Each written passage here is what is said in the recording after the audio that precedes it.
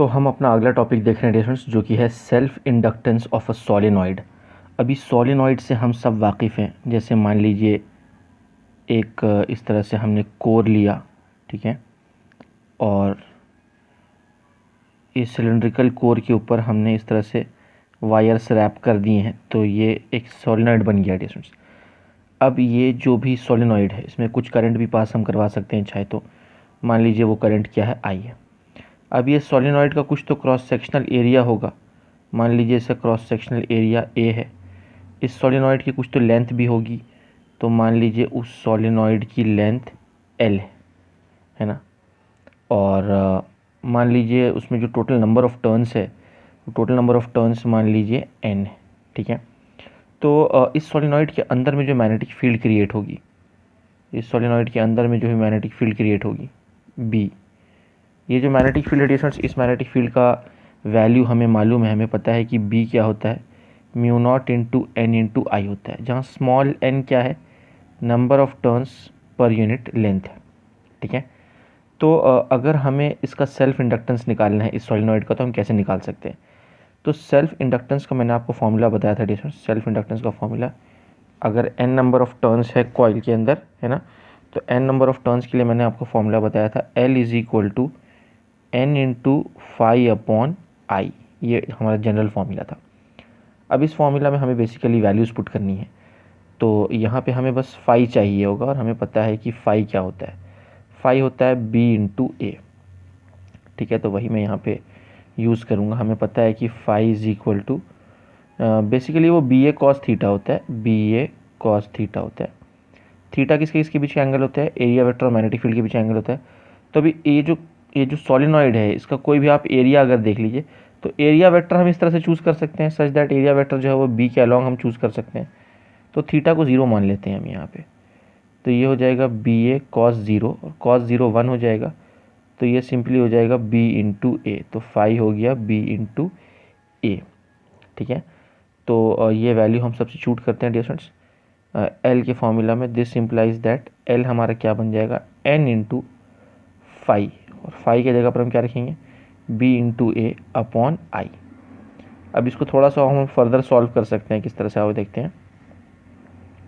तो अब हम यहाँ पे जो है ये जो हमारा मैग्नेटिक फील्ड हमें दिखाई दे रहा है बी, इस मैग्नेटिक फील्ड को हम रिप्लेस कर सकते हैं। कैसे रिप्लेस कर सकते हैं ये बताता हूँ मैं आपको। देखिए हमने मैग्नेटिक फील्ड का ये फॉर्मूला देखा हुआ है सोलेनॉइड के लिए।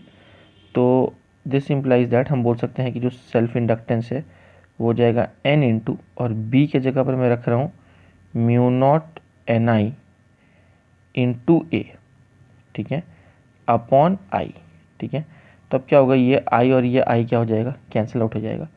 तो हम यहाँ से बोल सकते हैं कि self inductance is nothing but mu naught into, अच्छा अब यहाँ पर देखिए ऊपर एक तो कैपिटल एन दिख रहा है, एक स्मॉल एन दिख रहा है।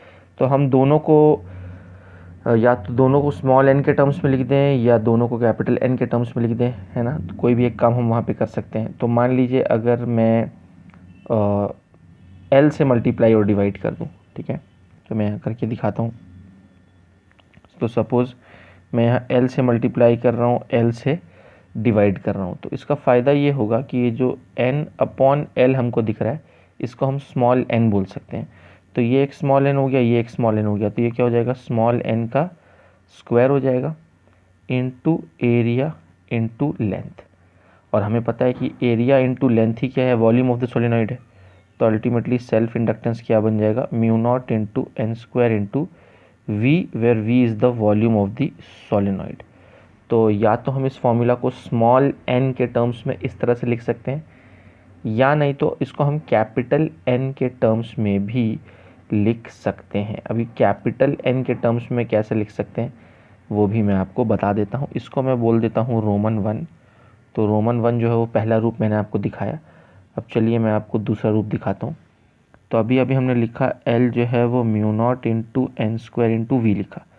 अब मैं क्या कर रहा हूँ, ये जो स्मॉल एन है, small N actually number of turns per unit length है का स्क्वायर इंटू वी, और इसको मैं ऐसा भी बोल सकता हूँ mu not into N square upon L square. V को मैं क्या बोल सकता हूँ, एरिया इंटू लेंथ, वॉल्यूम को, है ना।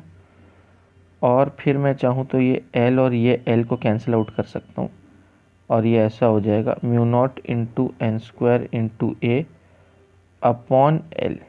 तो ये सेल्फ इंडक्टेंस का दूसरा फॉर्मूला आ गया। मैं चाहूँ तो इसको बोल सकता हूँ रोमन 2। तो रोमन 1 और रोमन 2 ये दो फॉर्मूला हैं, दो रूप हैं basically self inductance of solenoid के, है ना।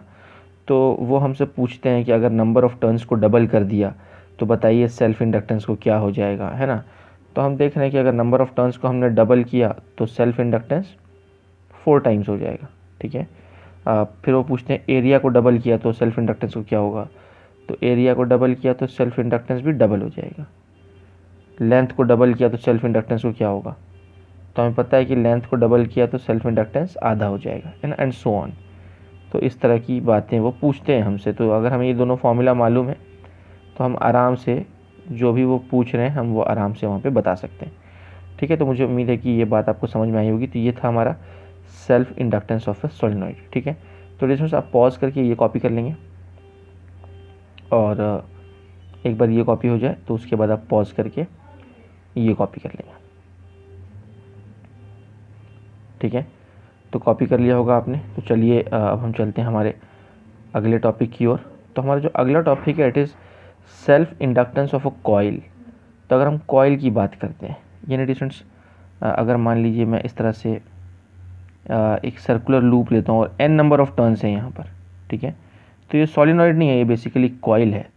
यहाँ से एक वायर अंदर जा रहा है, एक वायर बाहर निकल के आ रहा है, ऐसा करंट, ऐसा आई करंट यहाँ फ्लो हो रहा है मान लीजिए, है ना। तो ये हमारा क्या है, एक कॉइल है और इस कॉइल का हम कुछ भी रेडियस चूज़ कर सकते हैं यहाँ पे।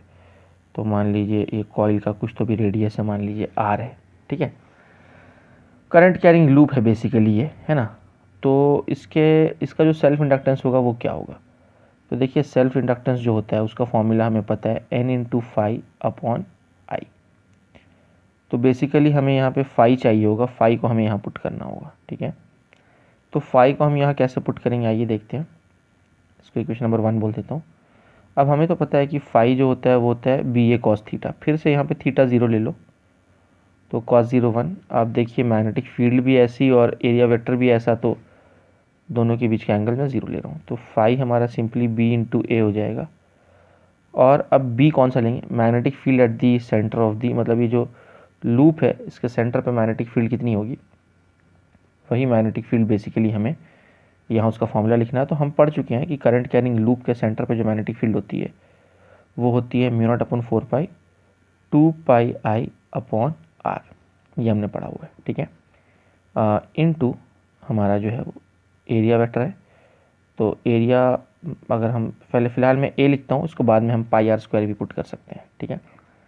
तो ये एक बात हो गई। तो ये मैग्नेटिक फील्ड हो गई एक सिंगल टर्न की वजह से। अगर n नंबर ऑफ़ टर्न्स है तो हम ये जो मैग्नेटिक फील्ड हमें दिखाई दे रही है, मैं इसको इस तरह से भी कर सकता हूँ डिस्टेंस कि मैं यहाँ पर लिख सकता हूँ कि phi is nothing but n times this into area. तो बेसिकली ये जो मैग्नेटिक फील्ड होती है वो एक सिंगल लूप की वजह से होती है। तो अगर यहाँ पे n नंबर ऑफ़ लूप्स हैं तो फिर n टाइम्स दिस वैल्यू हो जाएगा हमारा टोटल मैग्नेटिक फील्ड, ठीक है। अच्छा, तो अब बस ये वैल्यूज़ हमारे पास आ चुकी हैं। अब इनको हम इक्वेशन नंबर 1 में पुट करते हैं। तो इक्वेशन नंबर 1 में पुट करने के बाद ये क्या बन जाएगा ये देखते हैं। L is equal to N into phi, phi के जगह पर हम क्या रख रहे हैं, n into mu naught upon 4 pi 2 pi I upon r, और एरिया के जगह पर पाई आर स्क्वायर लिख रहा हूँ मैं, ठीक है, क्योंकि ये जो लूप है इसका एरिया क्या होगा, पाई आर स्क्वायर। बहुत अच्छी बात है। अपॉन आई, देखिए जो नीचे वाला आई है उसी को मैंने यहाँ लिखा है, ठीक है। तो अब होगा ये कि ये आई और ये आई कैंसिल आउट हो जाएगा, और भी चीज़ें यहाँ कैंसिल आउट होंगी। आइए देखते हैं कौन कौन सी चीज़ें कैंसिल आउट होंगी।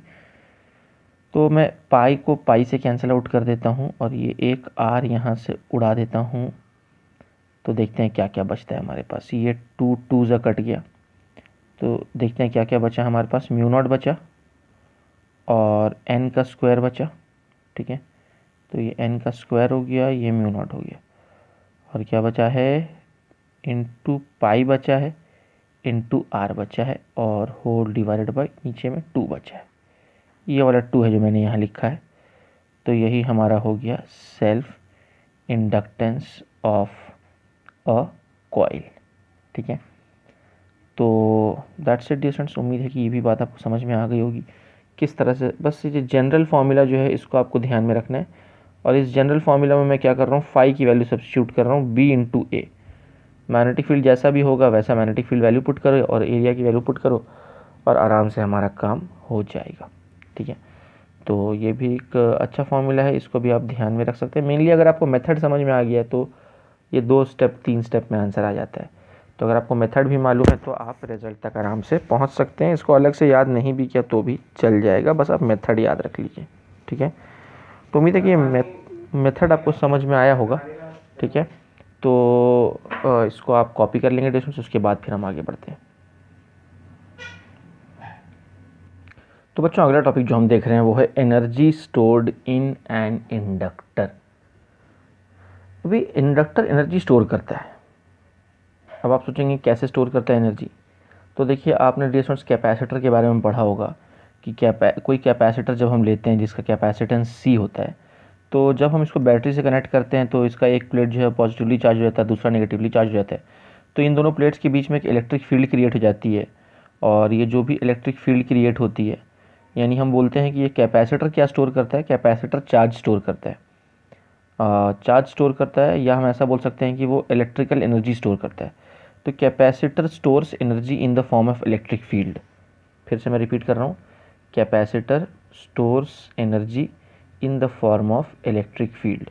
कैपेसिटर इलेक्ट्रिक फील्ड के रूप में एनर्जी स्टोर करता है, और उसी को हम इलेक्ट्रिक पोटेंशियल एनर्जी यू बोलते हैं, जो आपने पढ़ा भी है, जिसका formula half C V square है ना, या क्यू स्क्वायर अपॉन 2c। इस तरह से अलग अलग रूप आपने उसके पढ़े हैं ना, या half into Q into V, ऐसे ना अलग अलग रूप हैं उसके। तो basically this is the energy stored inside capacitor. तो कैपेसिटर के अंदर जो एनर्जी स्टोर होती है वो इलेक्ट्रिक फील्ड के रूप में स्टोर होती है। ये तो थी कैपेसिटर की बात है, लेकिन अगर हम इंडक्टर की बात करें तो इंडक्टर में क्या होता है। तो इसमें इंडक्टर की जब हम बात करते हैं तो ये सपोज़ हमारा इंडक्टर है, तो जब हम इससे करंट फ्लो करवाते हैं तो इसके अंदर मैग्नेटिक फील्ड लाइंस क्रिएट होती हैं, हमको मालूम है। तो हम ऐसा बोल सकते हैं कि इंडक्टर के अंदर जो एनर्जी स्टोर होती है वो मैग्नेटिक फील्ड के रूप में स्टोर होती है। किसके रूप में स्टोर होती है? हाँ, मैग्नेटिक फील्ड के रूप में। तो कैपेसिटर के अंदर energy is stored in the form of electric field, and inductor के अंदर में energy is stored in the form of magnetic field. ठीक है, तो हम वही पता लगाना चाहते हैं कि बेसिकली जो एनर्जी स्टोर हो रही है तो वो एनर्जी स्टोर्ड कितनी होगी। अभी कैपेसिटर के केस में तो हमको पता है कि जो एनर्जी स्टोर्ड होता है वो होता है half C V square.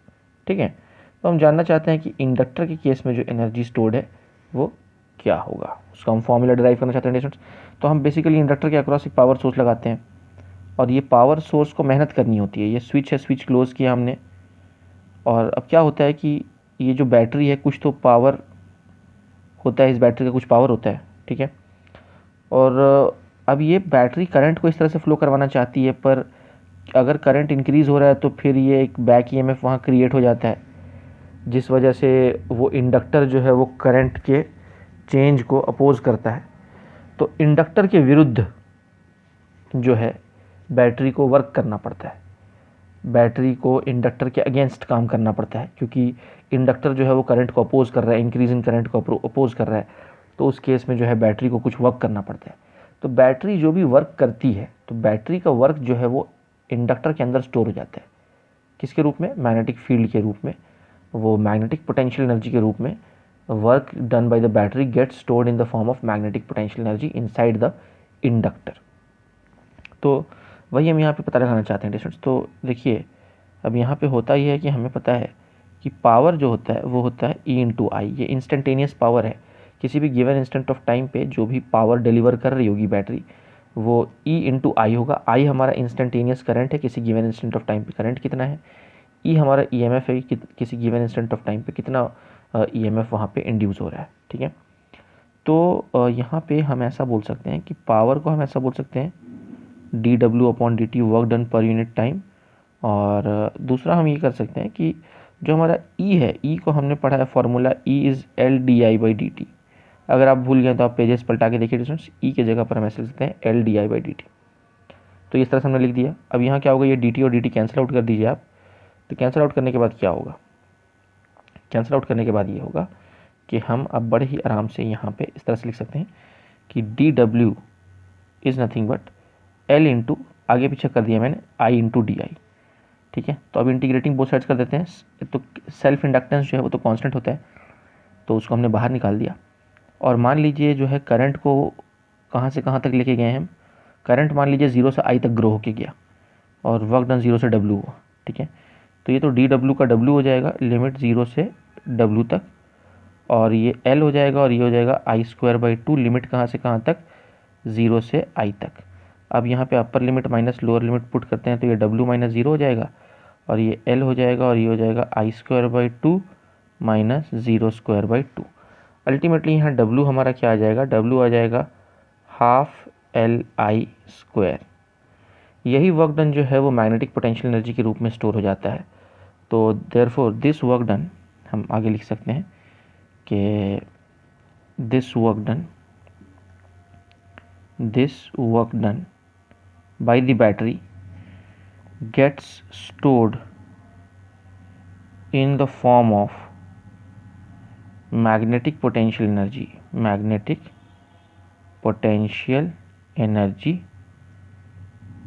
in the inductor, magnetic potential energy in the inductor.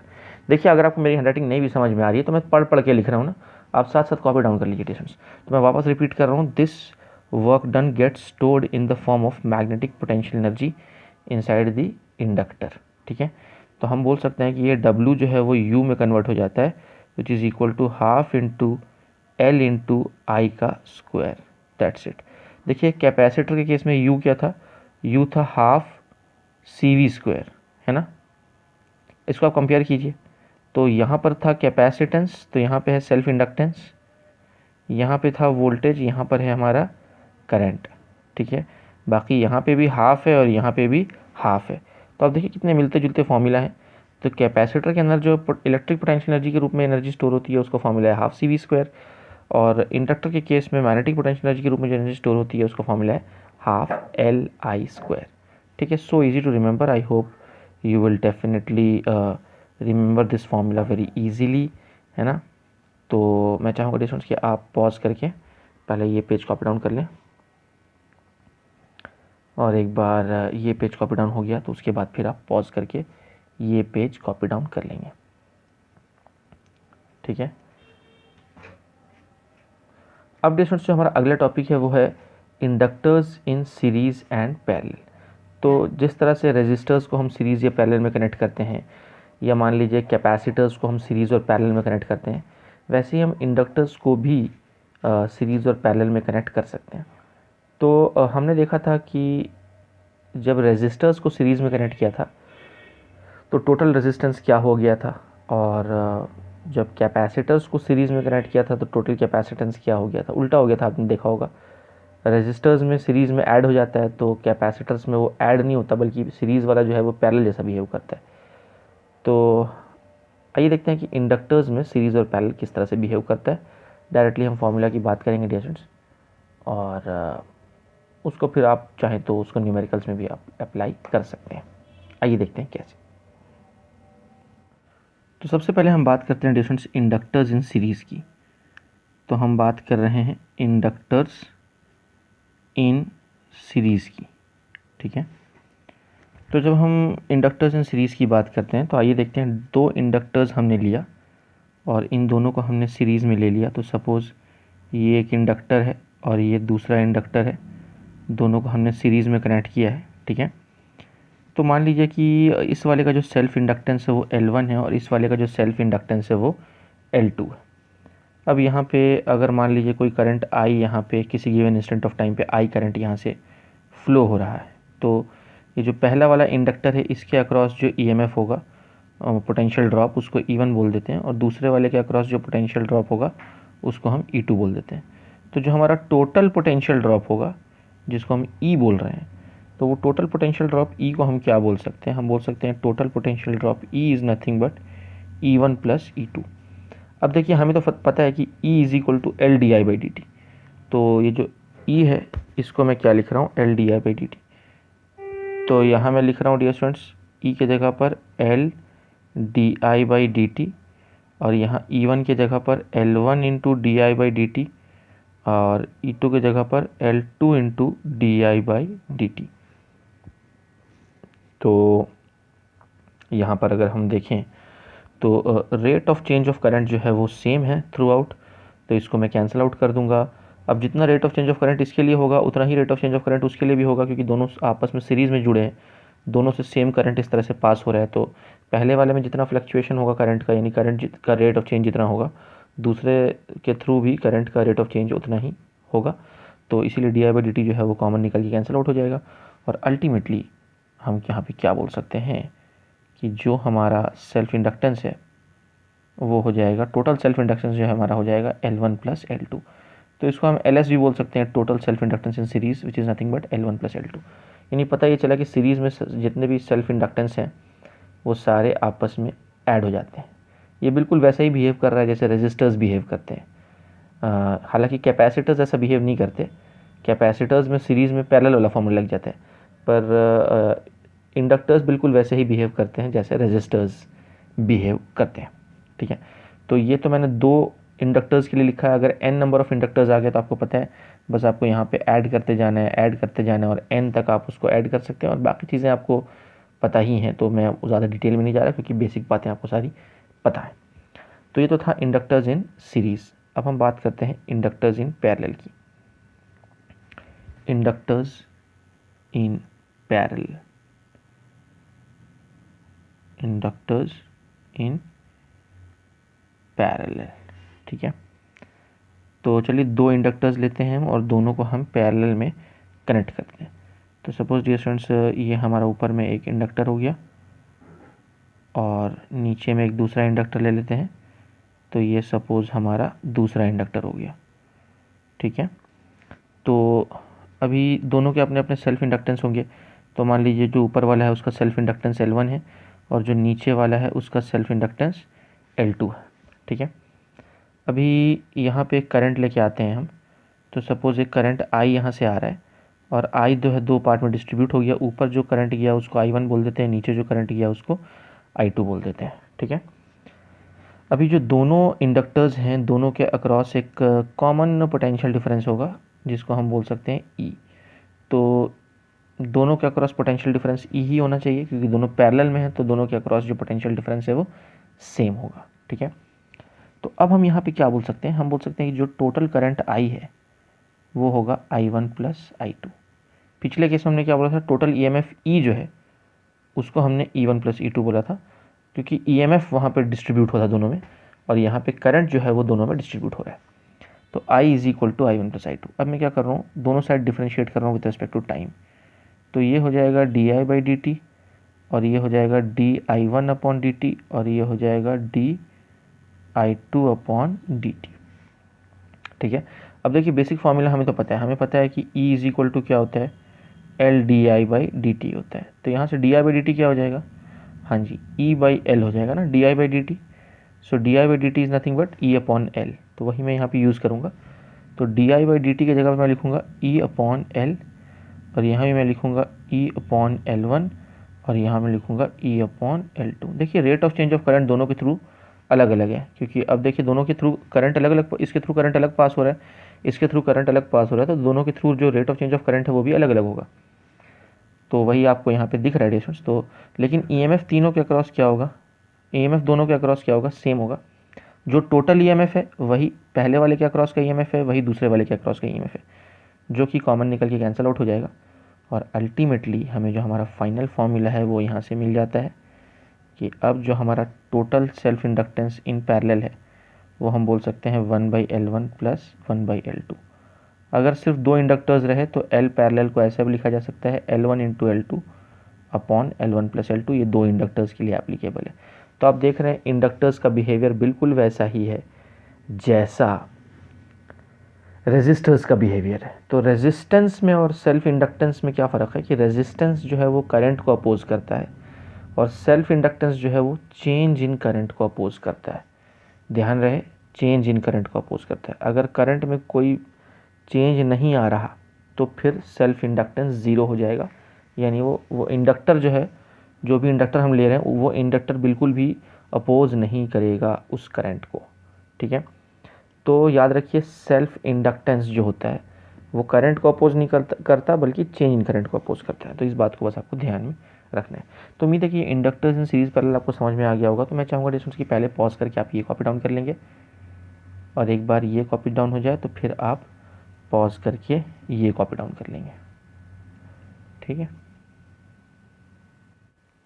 तो डिस्टेंस अब मैं थोड़ा सा आपको सिखाऊंगा कि किरचॉफ लॉ हम कैसे अप्लाई करते हैं। अगर सर्किट के अंदर कोई इंडक्टर भी आ जाए तो फिर हम किरचॉफ लॉ कैसे अप्लाई करते हैं। यहाँ पे आप देख रहे हैं मैंने क्या किया है कि 3 एलिमेंट्स लिए हैं बेसिकली एक सर्किट के अंदर। मैंने एक तो हमारी बैटरी ली है, यानी जिसका ईएमएफ मैंने ई माना है, और मैंने एक रेजिस्टर लिया है जिसका रेजिस्टेंस मैंने आर माना है, और मैंने एक इंडक्टर लिया है जिसका सेल्फ इंडक्टेंस मैंने एल माना है। ठीक है, ये 3 एलिमेंट्स लिए हैं बेसिकली सर्किट के अंदर में, और मैंने स्विच को क्लोज़ किया, और स्विच को क्लोज़ करते ही मान लीजिए इसमें करंट फ्लो होने लगा। मान लीजिए उस करंट को मैं आई बोल देता हूँ।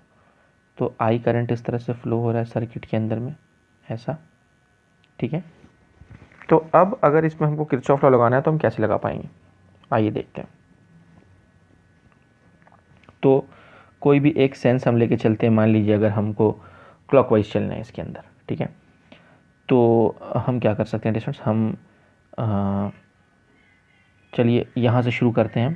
हम इस पॉइंट से शुरू करेंगे और यहाँ से शुरू करके गोल घूम के वापस हम इस पॉइंट पे आ जाएंगे। ठीक है, तो आप चाहें तो नाम भी दे दें, A B C D A. ठीक है, इस तरह से हमारा सीक्वेंस रहेगा। तो अब देखिए हम अगर करंट के अलॉन्ग जाते हैं, जैसे ये हमारा करंट आई है, तो अगर हम करंट के अलॉन्ग जाते हैं तो अक्रॉस रेजिस्टर क्या होता है, ड्रॉप होता है। ड्रॉप होता है तो उसके लिए हम क्या लिखेंगे, माइनस आई आर। ठीक है, ये मैंने रेजिस्टर के लिए लिखा, along the direction of current resistor के अक्रॉस पोटेंशियल का ड्रॉप होता है, तो उसी को मैं लिख रहा हूँ माइनस आई आर। उसके बाद हम बात करते हैं इंडक्टर की। तो इंडक्टर के अक्रॉस अब हम क्या करेंगे। ठीक है, तो देखिए सब कुछ डिपेंड करता है कि करंट इंक्रीज़ हो रहा है या डिक्रीज़ हो रहा है। क्वेश्चन में आपको दिया जाएगा कि करंट वहाँ इंक्रीज़ हो रहा है या डिक्रीज़ हो रहा है। तो मान लीजिए कि इस केस में हमें दिया हुआ है कि करंट जो है वो इंक्रीज़ हो रहा है। तो पहले मैं आपको इंक्रीज़ वाला बताता हूँ, फिर मैं आपको डिक्रीज़ वाला भी बताऊँगा। ठीक है, तो अगर करंट इंक्रीज़ हो रहा है तो हमें पता है कि यहाँ पे जो ईएमएफ इंड्यूस होगा वो उस तरह से इंड्यूस होगा सच दैट वो अपोज करना चाहेगा करंट को, यानी इधर प्लस और इधर माइनस, ये हमारा इंड्यूस्ड ईएमएफ होगा। ठीक है, तो अगर हम इस तरह से जाएं तो आप बोलिए, मतलब अब उस इंडक्टर को आप इस सेल से रिप्लेस कर दीजिए। इंडक्टर की जगह आप क्या इमेजिन कीजिए कि वो सेल लगा हुआ है। तो अगर हम इस सेल के अक्रॉस जाएं, अगर हम इस सेल के अक्रॉस जाएं तो पोटेंशियल में ड्रॉप आ रहा है। आप देखिए लेफ़्ट से राइट जब हम जाते हैं इस सेल के अक्रॉस तो पोटेंशियल में क्या आ रहा है, ड्रॉप आ रहा है ना। पोटेंशियल में क्या आ रहा है, ड्रॉप आ रहा है। तो क्योंकि पोटेंशियल में ड्रॉप आ रहा है तो हम इसको यहाँ पे क्या लिखेंगे, देखिए पहले तो ये जो हमें ई दिख रहा है, इस ई का मैग्नीट्यूड हमें पता है। ई का मैग्नीट्यूड क्या होता है, ई का मैग्नीट्यूड होता है L d I by d T. हमने पढ़ा हुआ ई का magnitude L d I by d T.